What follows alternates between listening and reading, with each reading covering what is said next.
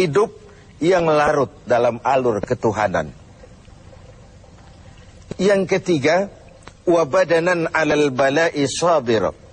Beruntung orang, diberikan kebaikan orang kalau dia dikaruniai badan yang tegar menghadapi bencana, tegar menghadapi cobaan, kuat menghadapi tantangan. Tantangan itu penting. So, kalau tidak ada tantangan, kita akan tidur. Cobaan juga kita perlukan. Tapi kalau kita tidak sanggup menahannya, larut oleh cobaan itu, kita akan kalah karenanya. Orang yang baik, diberikan kebaikan dunia akhirat, punya badan yang tegar menghadapi cobaan. Apa cobaan Allah? Dua macam. Satu ayat menjelaskan, wa nabluukum bil khairi wasyarri. Kami akan coba, kami akan uji kamu dengan yang baik dan dengan yang tidak baik, dengan yang enak dan dengan yang tidak enak, dengan yang menyenangkan dan dengan yang tidak menyenangkan. Bukan cuma sakit cobaan itu, sehat pun ujian. Bukan cuma miskin ujian, kaya pun cobaan. Bukan cuma tidak punya jabatan cobaan, naik pangkat pun ujian. Kita nih yang namanya ujian kan yang tidak enak saja. Kalau sudah sakit, ya Allah, sedang diuji. Sehat, lupa daratan.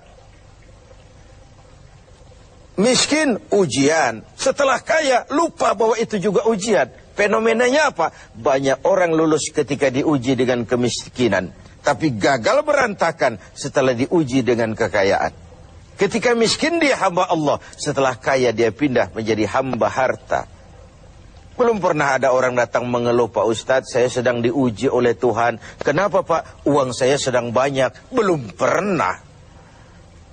Kalau sudah bangkrut, miskin, baru merasa diuji. Bukankah sejarah syarat dengan contoh? La nufarriqu baina ahadim min rusuli. Kami tidak membeda-bedakan para rasul. Tidak ada rasul yang dianak emaskan. Semuanya diuji, semuanya ditempa, semuanya digembleng. Semuanya tegar seperti batu karang di tengah samudra. Walau tiap hari dihempas ombak, dihantam gelombang, dia tetap berdiri dengan tegar. Begitulah orang yang diberikan kebaikan oleh Allah. Lain dengan orang yang loyo, sedikit kena kesulitan seperti ayam sampar, kerakap tumbuh di batu, hidup segan mati pun tak mau, skeptis, pesimis. Apa yang bisa kita lakukan kalau dasar hidup kita sudah skeptis dan pesimis itu tadi? Hidup ini adalah cobaan. Semakin tinggi kualitas keimanan, semakin berat cobaan itu. Semakin kokoh berpegang kepada agama, semakin kuat pula cobaan datang menerpa. Yang terakhir, orang yang diberikan kebaikan dunia akhirat, wa zaujatan salihatan, diberikan istri yang salihah, pendamping. Tidak ada suami bisa sukses jadi apapun dia tanpa peran serta dan dukungan istrinya. Itu sebabnya baginda Rasul menikah dengan Sayyidatuna Khadijah. Apa yang jadi pertimbangan beliau? Mengawini seorang janda yang umurnya 15 tahun lebih tua pula dari beliau.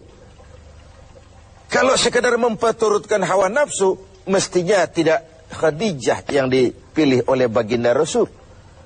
Mestinya, kalau istilah kita sekarang cari ABG saja. Tapi jelas baginda Rasul bukan cuma sekedar mencari istri, beliau mencari seorang pendamping. Apa bedanya ini?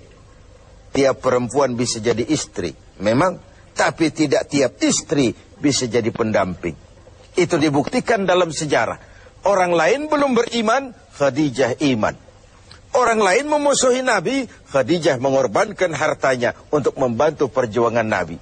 Saat Nabi terkena kesulitan, Khadijah tampil jadi penghibur. Khadijah tampil jadi pembela. Ketika pertama kali berhadapan dengan malaikat Jibril menyampaikan wahyu, Rasulullah gemetar seperti orang demam. Kembali ke rumah, zammiluni ya Khadijah, selimuti saya Khadijah, selimuti. Kenapa bang? Barusan turun Jibril, dia katakan begini, saya khawatir Khadijah. Khadijah mengerti suaminya mengalami semacam frozen emotional attitude. Sebagai istri yang bijak, pendamping yang baik, beliau tampil. Kalla ma yukhzikallahu abada. Jangan khawatir bang, Allah tidak akan menyusahkan abang untuk selamanya. Tenanglah ini. Rumah tangga adalah awal kesuksesan kita di tempat lain. Karena itu, kalau diberikan istri yang solehah, itu sudah kebaikan dunia dan kebaikan akhirat. Seorang pejabat yang jujur, polos, lugu, sederhana, bisa jadi koruptor ulung kalau dikipas-kipasi oleh istrinya.